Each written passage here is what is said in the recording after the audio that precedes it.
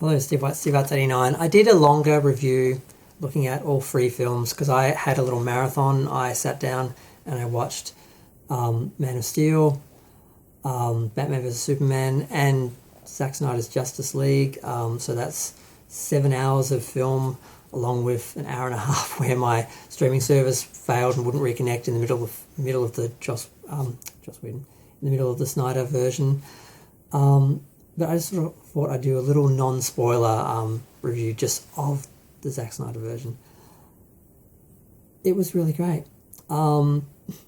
The connection and run-through of the whole films, the three films, and that universe has so much depth, and the characters are so much better dealt with and developed. You really feel for them. You know more about their history. You understand them. That there are so many little scenes, little elements that are missing from existing scenes that are back, that are extended, and you really know more of their history, like Cyborg.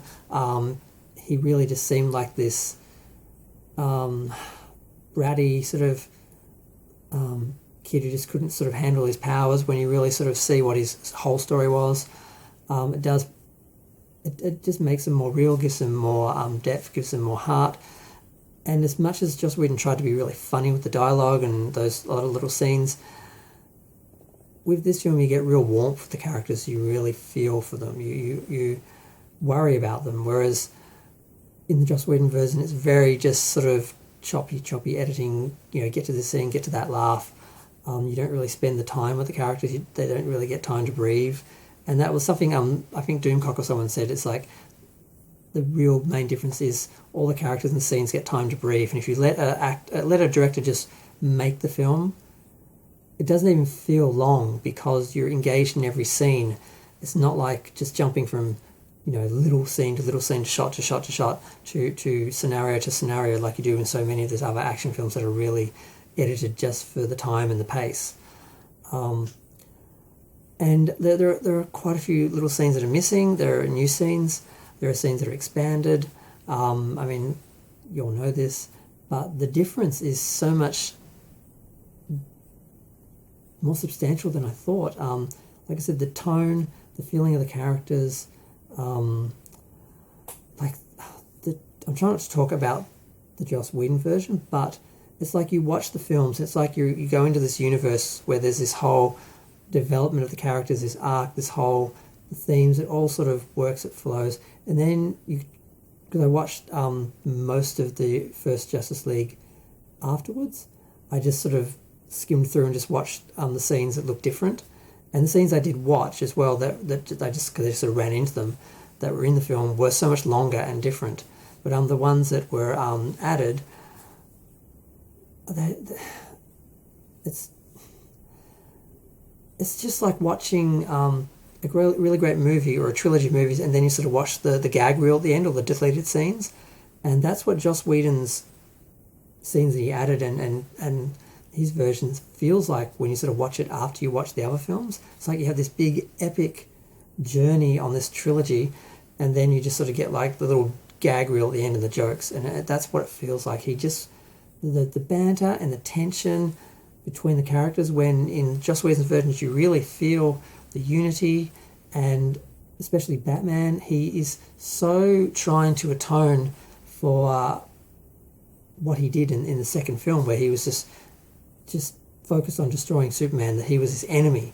And then, to his credit, as soon as he realised he was in the wrong, he was on the right side again, and he, helped him save the day. But in the next film, in Zack Snyder's version, he's all about finding these people, unifying the people, getting the group together and saving the world, and atoning for what he did in the second film. There's this arc to the character, which of course you miss, because in this film there's so much tension and bitchiness and banter, and there's like the tension between all the characters. There's no point even trying to point them out because it's there between all of them. And there's like the silly scenes like the Aquaman speech where he's sitting on the lasso and Clark being asked about what it was like to die, and he said it was itchy. Things like that are just so throwaway. They really mean nothing. They're just like little gags. Whereas in the other film, in Zack's version, people are really talking about their feelings or what they're afraid of, and you sort of see, the real characters and you feel for them. And that's, I think, the difference here in this film. I felt like I really cared about them. I was really involved. Whereas in Josh's version, you were just sort of laughing at them. They were just sort of not clown-like, but it just was very disconjointed. And now I've seen the other films and then watched that afterwards, you can really feel the contrast and within the film itself, whereas I didn't really see that the first time. The first time I was kind of confused because you didn't really know what film you're watching. And the only thing I liked about the Snyder version, I love the Snyder version. The only thing I liked about the Joss Whedon version later was that he did brighten up the colour palette, although that made it clash with the scenes that, a lot of the scenes that Zack Snyder did. I do kind of prefer the colour, and the fact that Superman was in the colour suit at the end, the blue and red, at the end, I really like that. And the other main sort of difference with the ending is that you have a recording from Cyborg's father sharing his wisdom with his son and his feelings for his son, and that sort of sums up this sort of journey in life and humanity and everything. Whereas in the Joss Whedon version, it's Lois Lane sort of writing up an epilogue to this big journey that the whole planet sort of had with Superman living and dying and defeating these alien enemies that were going to destroy the world and everything. And while it seems more fitting to have Lois, sort of the reporter, sort of finish it off with words, and she literally says, superheroes make us believe, in hope, and just look up into the sky, you'll see them. Part of me likes it more, but it's so corny and out of place with the rest of the films. So it was very interesting to just feel the difference. I really wasn't expecting as much. I thought it would be more script differences, scenes, sort of plots that sort of were different, but it really was more the characters and expanding on so many scenes and the characters, and then it really involved you and made you care about them, and it was a much more immersive sort of experience. I felt like I went on a journey, whereas in Zach's version, I keep saying Zach, in Joss's version, it just sort of felt like a bunch of jokes and then it was sort of done, and they don't really stay with you. They're just throwaway. So yeah, if you haven't seen it, watch it. It's great. And really you should watch, unless you're really familiar with the first two films in his little trilogy, you should watch them together, because it's a really consistent flow through journey. And I'm glad I took it, as much as it was exhausting watching that many hours of TV and having the stress of not being able to get it to show the last 2 hours of the Snyder Cut. I thought I'm just not going to see it. It's not working. I cannot get this streaming service to work.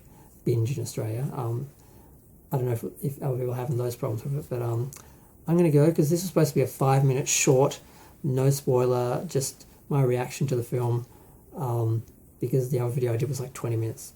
But I couldn't stop talking about it because I'm just so excited about it. I loved it. It was really good, and I'm just so relieved. And I just wish that there wasn't this whole Geeks and Gamers drama that happened before it, because a lot of people who I think would have watched it and seen it for the film it was are now going to just view it through the eyes of, oh, this guy's a hater, he doesn't like us, he's against the fans, all the toxic drama, all that's going to, I think that's going to stop some people from reviewing it and giving it a fair review. So I'm just glad that didn't affect me. I saw it, I enjoyed it, I loved it. And for me, it's not as good as the original Donner films. Nothing's going to replace them, or the idea of the Donner films as he was planning them before they got turned into comedies. That world, like my first reaction to Man of Steel, for example, was Krypton wasn't Krypton for me. It wasn't this unique crystal and snow sort of planet. Just like Vulcan wasn't this orange sort of desert planet in the first Star Trek film. They just felt like Earth, just desert, just dirt.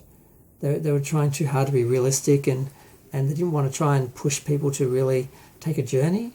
And this film did that. Even though some of the visual design of the like Krypton, that didn't work for me.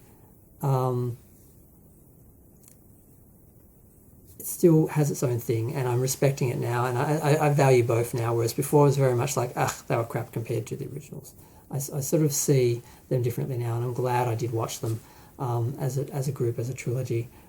And I'm going to stop talking, so I'm up to 10 minutes. It's supposed to be a little 5-minute video, but I really did love it, and I just want to share that. So feel free to share, like, comment, subscribe, let me know what you think in the comments, and maybe even ding the bell. It does help. I would like to grow my channel. I'm going to go, and I'm going to work on probably doing a proper review of the first 2 films, because they came out before I was on YouTube, and I just want to talk about them because I enjoyed them. And I'm just going to probably be obsessing on Superman for the next couple of days, I think. I might even read. I've got like the history of Superman I've been meaning to read, which probably would have helped this film and all the other films and the TV series. I might actually sit down for a day and do that, because I just want to stay in this world. Didn't feel that after Joss's version. Okay, thanks, bye.